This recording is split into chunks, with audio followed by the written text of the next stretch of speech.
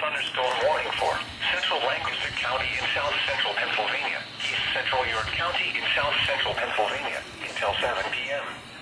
At 6:31 p.m., a severe thunderstorm was located over Wrightsville, moving southeast at 20 miles per hour.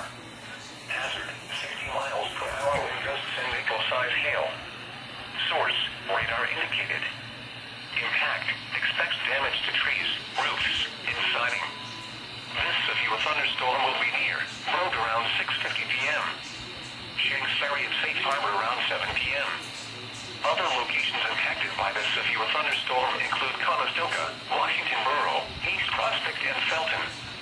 This includes Route 30 from near Stony Brook to Wrightsville. For your protection, move to an interior room on the lowest floor of a building. Repeating, a severe thunderstorm warning has been issued until 7 p.m. for the following counties: Lancaster and York.